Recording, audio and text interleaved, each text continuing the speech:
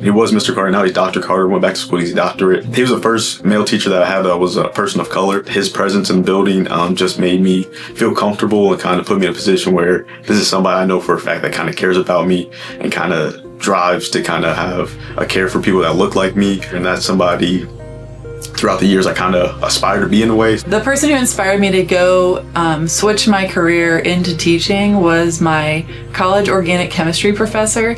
I went into that class thinking that chemistry was actually the worst subject ever. And then I left that class thinking I need to teach chemistry with my life. Really motivated me to learn the material and showed me that it'd be really awesome to do the same to inspire learners like that in the future. In 5th grade, Mr. Ward, I was going through a really rough time, and he just really would not let me not do my work, not fall behind. He let me stay after school. He stayed with me. He really took an interest in wanting to see me succeed, and that's really what I would like to do too. His name was Mr. Figgy, but he still managed to create a hands-on classroom experience despite us meeting virtually. I loved how much creativity he put into all of his lessons. I really could see myself having a career as a teacher, being creative like he was. My 5th grade teacher, Miss Kaplan, fortunately she's still very close with my mom, so I see her often, but she was my 5th grade teacher, so it feels extra special that I had that connection with her, and now I'll be teaching 5th grade. I had test-taking anxiety, and I just couldn't get it together to take the test.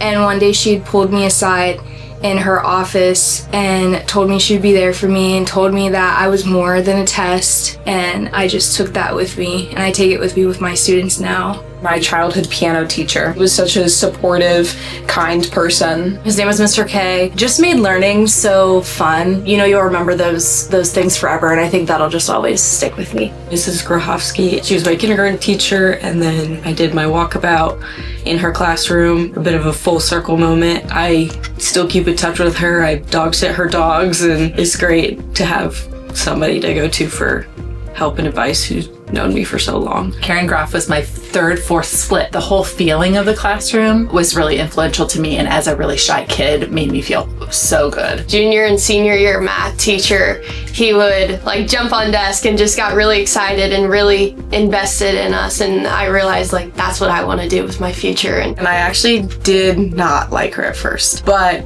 as time went on, I felt like I could go to her for anything. She retired my junior year, I believe. I texted her, and me and my other friend who also had an IEP needed help, and we went to her house, and she literally helped us with, it might have been our college application or essay or something, and we just went. She made brownies, say hi to her all the time. I update her with what I'm doing, and I never thought that she would have been someone that I still keep in touch with. Mrs. Kimball, when I was in 3rd grade, I dedicated my basement to my classroom. She used to give me all of our old worksheets from class that day, from school that day, and I would take them home, reteach them to my students as the teacher. My piano teacher, April Gallagher, was a huge inspiration. I started piano lessons with her when I was 6, and then she's the whole reason that I am doing all of this today. Kim Knubel, she was always kind and very nice and very supportive, and if you asked for extra help, she would give you extra help. Jennifer Baker was my 8th grade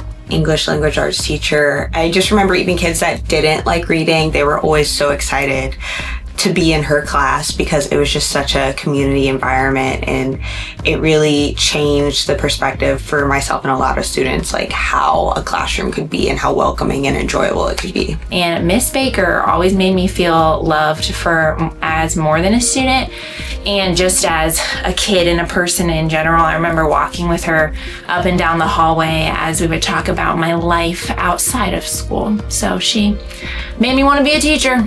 Mrs. Fuller, my 1st grade teacher, she was just so soft-spoken and kind. I loved her. My freshman year English teacher, her name was Mrs. Clayman, was one of the most caring teachers I've ever had, and English was never my favorite subject, but she made it super interested. She really just made me feel like I could emulate her and be successful as a teacher because of how well she taught me. It was my 7th grade history teacher. Every single day, everyone wanted to come into that class. He made like history come alive, and to me, he just made teaching look like a very fun job, and I want to have a job that I enjoy going to, and he's the exact reason I want to be a teacher. Her name was Mrs. Cooper, and she was just the kindest, like most caring woman I had ever met. So she would let me come in and like do stuff in her classroom and organize stuff, and I think that kind of really sparked my interest in wanting to be a teacher. Susan Hilbert, she was my 4th grade teacher. I just did not have a lot of confidence academically, but she was someone who really just took the time to get to know me as a learner and as a person, and I think she's really one of the fundamental reasons that I was able to get through school, but also one of the reasons why I went in the direction that I did with teaching. She was my English teacher, so she had really high expectations for us. Her classes were difficult, but I still looked forward to them every day. We can learn hard material, we can accomplish really important things, but we can have tons of fun while we do it. And at the end of the day, students always knew that she cared, and I want my students to always know that I care too.